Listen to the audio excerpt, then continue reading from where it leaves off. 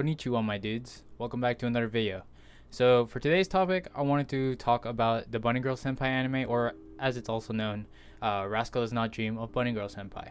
Now, this show has far exceeded my expectations, I think I could say, and is quickly becoming one of my favorite anime of the season, and hopefully by the end of it, it becomes one of my favorite anime of all time. I'm really enjoying it so far. But it's funny to say all this when the show didn't really have a good impression for me, or didn't have a good impression on me and quite a lot of other people from the very start. Even before it aired, I think some people were thinking about putting this off or didn't really know what to expect from the show, assuming they haven't read the light novel or the manga. Like, I think this show got kind of flubbed over right from the get-go. The media that was put out for it just doesn't do it a good service of really telling you what the anime is going to be about. For instance, I want to I'll put up the poster for the anime.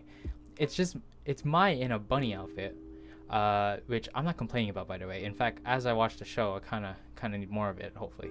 The bunny girl outfit, like, that's something that I usually expect in like more ecchi hentai-like environments. But it's like a fetish that you wouldn't have normally expected out of a show with this kind of content. Like, when you watch the show, you wouldn't really see a place for it. And in fact, the bunny outfit, it doesn't really seem to have a place in general, actually. I think right off the bat in like the first episode, it kind of gets done away with.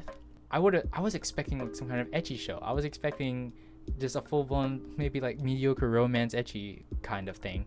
And when you read the description for the show, I'll put the description up on the screen, but it's basically this part that got me. Was this year, Sakura Azusagawa, fucking hell, a second-year student at a high school near Enoshima, meets several girls that are experiencing this puberty syndrome. For instance, he meets a wild bunny girl in the library. She turns out to be an actress on hiatus, Mai Sakurajima, who is also his senior at the school. For some reason, no one else can see this enchanting girl. How did you become invisible? So, with that, I was expecting a harem of some sorts. I was expecting some ecchi romance mediocre show. I'm gonna be honest, that's what I was thinking. Like, I know it's wrong to judge the book by its cover, which I really did here.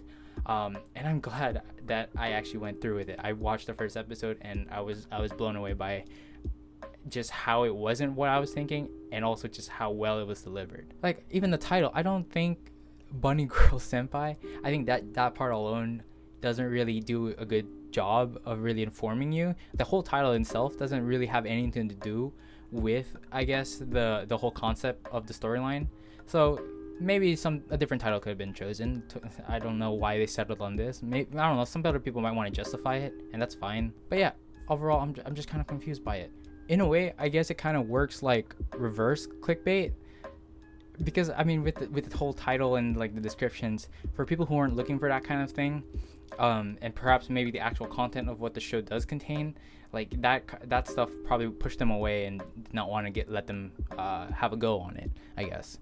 But when you actually do follow through, the show is actually really good. I'm probably gonna get repetitive here, but I really like the show so far. And for anyone who did follow through with at least starting the first episode of the show, for those people who didn't have as high expectations for the show, it already does a good job of setting the tone and the plot line that for which we're supposed to follow. And ongoing with that is, I guess, something I wanted to point out is the very first arc of the show with Mai.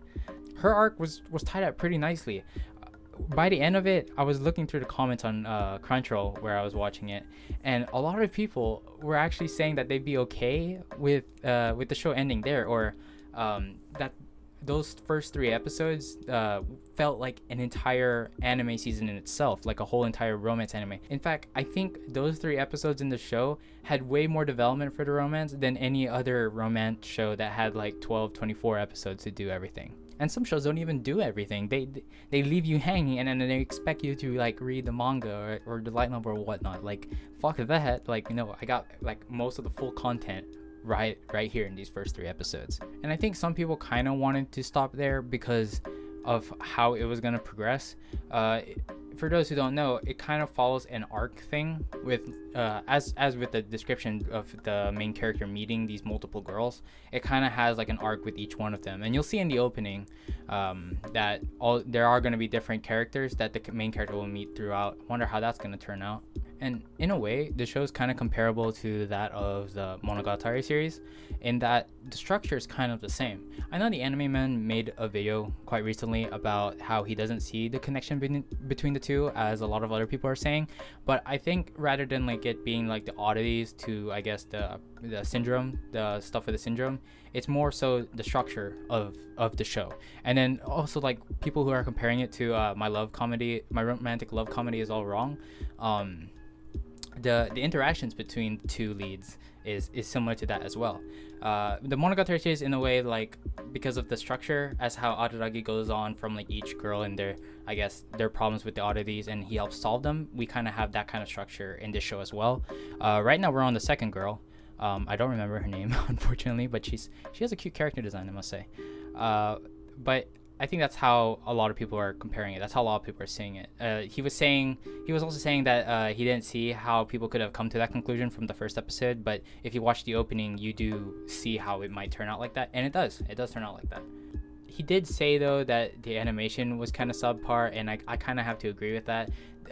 It's kind of stiff at some points, and there's some CG every now and then, but you know, fuck that. I'm not gonna let bad animation get in the way of my viewing experience. Like, I wouldn't judge an anime right off the bat just because it had bad animation from the start, you know? Yeah, we're about like a third of the way into the series now. I think there's 13 episodes, and we're on episode 4 with episode 5 coming out this Wednesday, I think. But yeah, I'm really interested to see where the second arc goes. As I said, hopefully it doesn't fall flat near the end. I really want this to end up being a good anime for this season.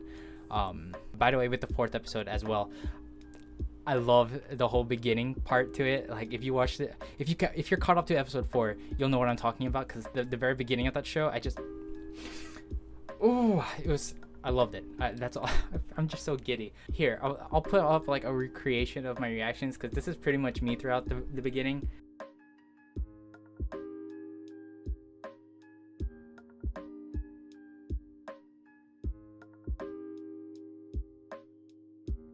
With all that said, hope you guys enjoyed the video. I hope it wasn't too boring. I know it was just me talking about how much I'm enjoying the show, but I just had to get it out there. And again, with that 4th episode, it just got me so giddy. But yeah, I hope you all have a wonderful day.